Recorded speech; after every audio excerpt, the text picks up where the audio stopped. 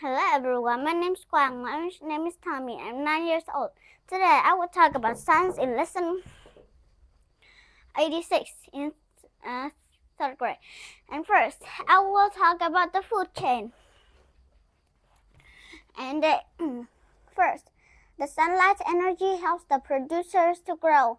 And the producer who is eaten by the consumer will provide food for it, and then a consumer will eat the consumer that eats the producer, and then there comes another consumer that eats the consumer that eats the grasshopper who is the producer, and then there comes the top predator who eats all the consumers and eats the consumers that eat the producer, and then the decomposer breaks down all of those dead things. And here's a picture of a polar bear, and this polar bear is white to camouflage in the Arctic, where it snows in the winter very hard.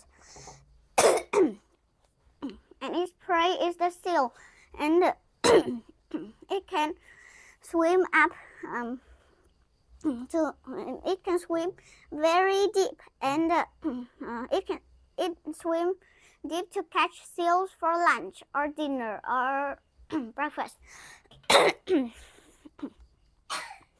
And then there is a picture of an Arctic fox, and this Arctic fox is also well camouflaged. And the Arctic fox will hunt. It's an omnivore, so it eats plants and animals. And then here is the Arctic tern, which is a seabird that that roam in the sky of the Arctic.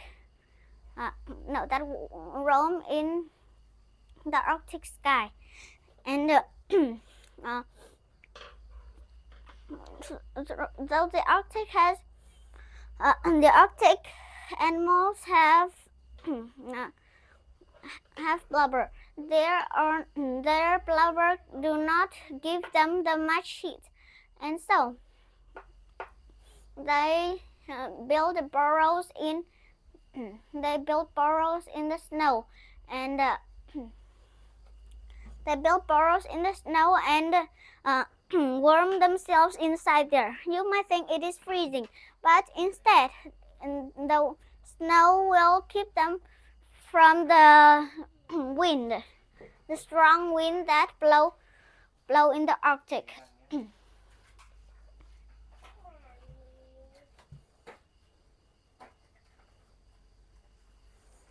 And they are also well camouflaged and will molt when summer comes. And the musk oxen stays in herd to protect each other. Arctic wolf and huskies stay in packs. Musk oxen and reindeer and caribou stay in herds, and then we have the snow geese that stay in flock. And then I will read about God's plan for food and water in the Arctic. And it rarely rains in the Arctic, so the animals will drink when it is summer. In the summer, the snow and ice will melt to form shallow ponds and lakes, and the animals will living there will use these ponds water sources to drink. But in the winter, their body systems keep working, not needing water like desert animals do, and some have the water they need in the food they eat. And The Arctic food chain keeps the Arctic balance. There are carnivores, omnivores, and herbivores. There are two large grazers: moose, caribou, reindeer, and there are many large grazers like musk oxen, caribou, goose, and reindeer. And the carnivores, no, the predators of the Arctic are wolves, polar bear, and brown bear. And the omnivore of the omnivore are the Arctic fox and terns that I know about. And I will read. Though the Arctic animals live in a very cold place, God has provided everything they need in their habitat. He gave them the instincts and the ability to enter the cold and thrive. Some Arctic animals find shelter in the snow by burrowing into it.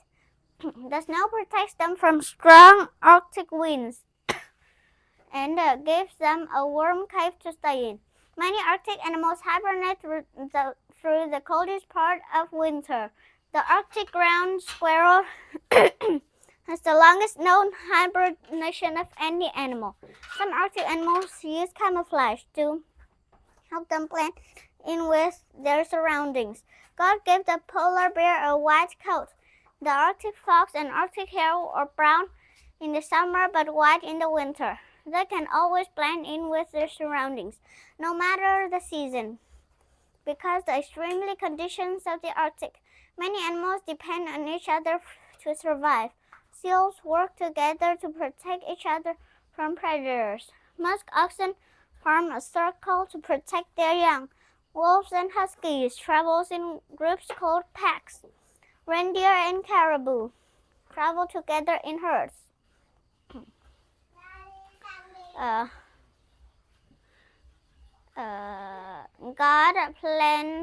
God's plan for food and water in the Arctic. It rarely rains in the Arctic tundra, but during the summer, melted snow and ice can collect to form shallow lakes and ponds. Land animals take advantage of these freshwater sources. But what happens in the winter? Where do Arctic animals get water to drink when fresh water is frozen? God designed many of their body systems to work without drinking water in the same way desert animals do. They get water from their bodies in other ways, such as from the food they eat. Arctic food chain keeps the habitat balanced and healthy. Just like any habitat, you will find the herbivores, carnivores, and omnivores. In the Arctic, musk oxen and caribou are grazing animals. What do all grazers eat? Arctic grazers look for grasses and other producers. They are herbivores. The Arctic lemming is another herbivore. It is an important part of the Arctic food chain because it is prey for many animals.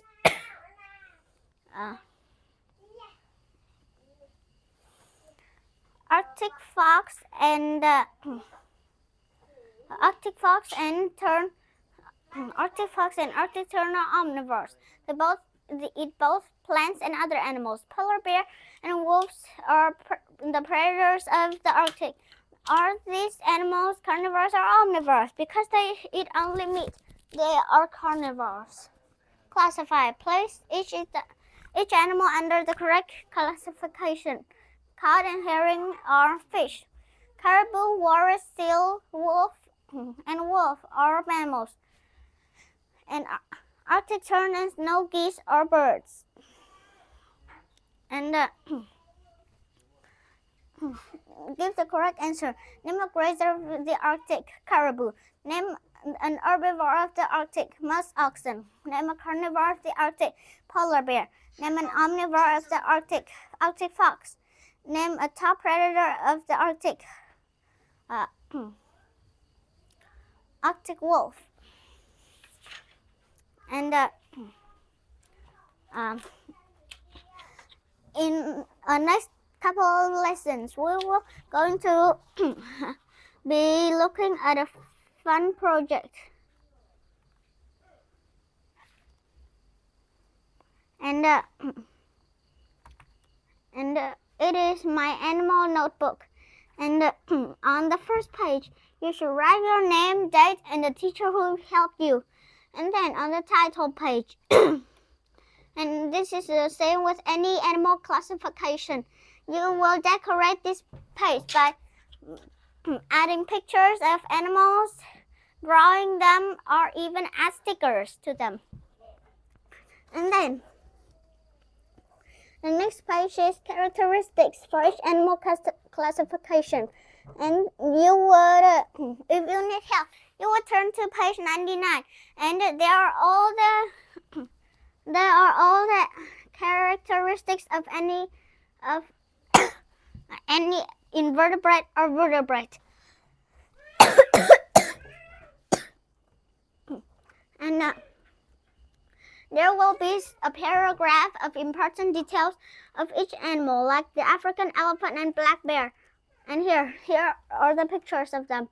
And you would put the report of some animals, some important details together to make a mammal report.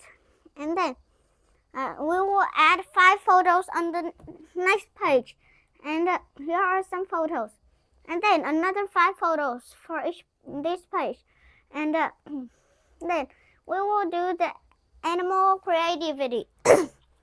And the weekly checks, we will start in lesson 66, mammals, lesson 101, fish, lesson 106, birds, lesson 111, reptiles, lesson 116, amphibians and invertebrates. Lesson 118, final project due.